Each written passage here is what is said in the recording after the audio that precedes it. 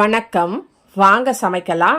இன்னைக்கு என்ன நம்ம சமைக்க போகிறோம் அப்படின்னா, ரொம்ப சூப்பராக சுவையாக டேஸ்ட்டாக எல்லாருக்கும் பிடித்த, குழந்தைகள் முதல் பெரியவர்கள் வரை எல்லாருக்கும் பிடித்த ஒரு அற்புதமான டிஷ்ஷு.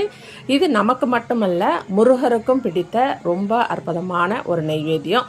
இது என்ன முருகருக்கு பிடித்தது அப்படின்னு கேட்டிங்கன்னா, அதாவது இது நம்ம மாங்காயில் செய்கிறோம். மாம்பழத்துக்காகத்தான் முருகர் கோச்சிட்டு பழனி மலையில் போய் தங்கினார் என்று ஒரு புராண கதை இருக்குது.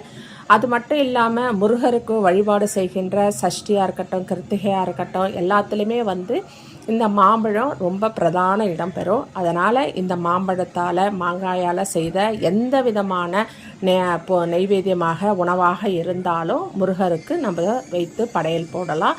ரொம்ப முருகருடைய அருளை பெற்றுக்கொள்ளலாம். அதனால் இது ரொம்ப முருகருக்கு பிடித்தது அப்படின்னு சொல்லி நான் போட்டிருக்கேன். கண்டிப்பாக நீங்களும் சஷ்டி, செவ்வாய்க்கிழமை அந்த மாதிரி உங்களுக்கு எப்போ டைம் கிடைக்குதோ அப்போல்லாம் முருகருக்காக இந்த நெய்வேத்தியத்தை செஞ்சு வைங்க. கண்டிப்பாக நான் கிருத்திகை இந்த பொருளை நான் கண்டிப்பாக செஞ்சு வைப்பேன். அதனால தான் நான் இந்த மாதிரி போட்டிருந்தேன். சரி வாங்க இது எப்படி செய்யலாம் அப்படின்னு பார்ப்போம். அதுக்கு முன்னாடி முதல் முறையாக இந்த சேனலை பார்க்குறீங்க அப்படின்னு சொன்னால் நீங்கள் சப்ஸ்கிரைப் பண்ணிவிட்டு பாருங்கள். பெல் பட்டனையும் அழுத்துங்க. நான் தினந்தோறும் ஒரு பதிவு போடுவேன். அது உங்களுக்கு பயனுள்ளதாக இருக்கும். இப்போ நம்ம இது எப்படி செய்யணும் அப்படின்னு சொன்னால், கிளி மூக்கு மாங்காய் அப்படின்னு சொல்லுவோம் இல்லையா, அந்த மாதிரி மாங்காய் எடுத்துக்கோங்க. அது இன்னும் டேஸ்ட்டாக இருக்கும். இல்லை குண்டு மாங்காயிலையும் செய்யலாம். அது கொஞ்சம் புளிப்பு தன்மையாக இருக்கும். இது கொஞ்சம் டேஸ்ட்டு ரொம்ப கூடுதலாக இருக்கும்.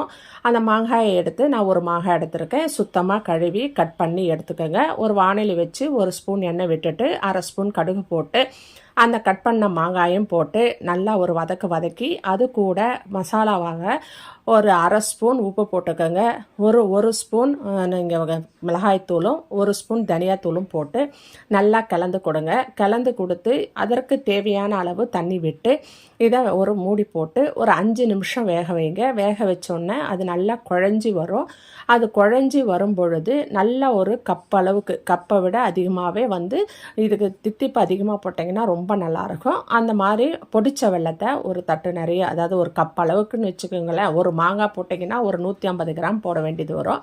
அந்த மாதிரி நீங்கள் போட்டு அந்த அந்த வெல்லத்தூளையும் அதாக கூட அந்த மாங்காவோட சேர்த்து நல்லா கிளறி கொடுங்க. அந்த மாங்காயில் இருக்கிற தண்ணி எல்லாம் வற்றிருக்கணும். 5 நிமிஷத்தில் நல்லா சுண்டின பிறகு நீங்கள் இந்த மாங்காயை போடுங்க.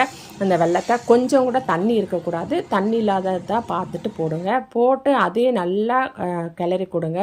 மாங்காயும் வெல்லமும் கரைந்து வரணும். அந்த நேரத்தில் ஒரு மிக்ஸி ஜார் எடுத்து ஒரு 1/2 கப்பு தேங்காய் பெத்தை, அதாக கூட ஒரே ஒரு ஏலக்காய் போட்டு நல்லா குறன்னு அரைச்சிக்கோங்க. அரைச்சி அதையும் அந்த மாங்காய் வெல்லம் எல்லாம் கரைஞ்சி குழஞ்சி வரும் பொழுது இந்த அந்த தேங்காய் துருவலையும் கொட்டி நல்லா கிளறி அதை நீங்கள் ஒரு 5 நிமிஷம் நல்லா சிம்மிலே வைங்க. வச்ச உடனே அது நல்லா ஒரு ஜாம் மாதிரி இருக்கும். பார்க்குறதுக்கு ரொம்ப டேஸ்ட்டாக இருக்கும். அந்த ஏலக்காய் வாசனை, தேங்காய் டேஸ்ட்டு, அந்த கொஞ்சம் புளிப்பு, கொஞ்சம் தித்திப்பு, அந்த மாதிரி இது எல்லா சுவையும் சேர்ந்து ரொம்ப டேஸ்ட்டாக சூப்பராக இருக்கும். நீங்கள் ஒரு முறை செஞ்சு பாருங்கள். உங்களுக்கு ரொம்ப பிடிக்கும். குழந்தைகள் விடவே மாட்டாங்க. இது ஒரு சிலருக்கு இது நிறைய பேருக்கு தெரிஞ்சிருக்கலாம். தெரியாதவர்களுக்காக இந்த பதிவு.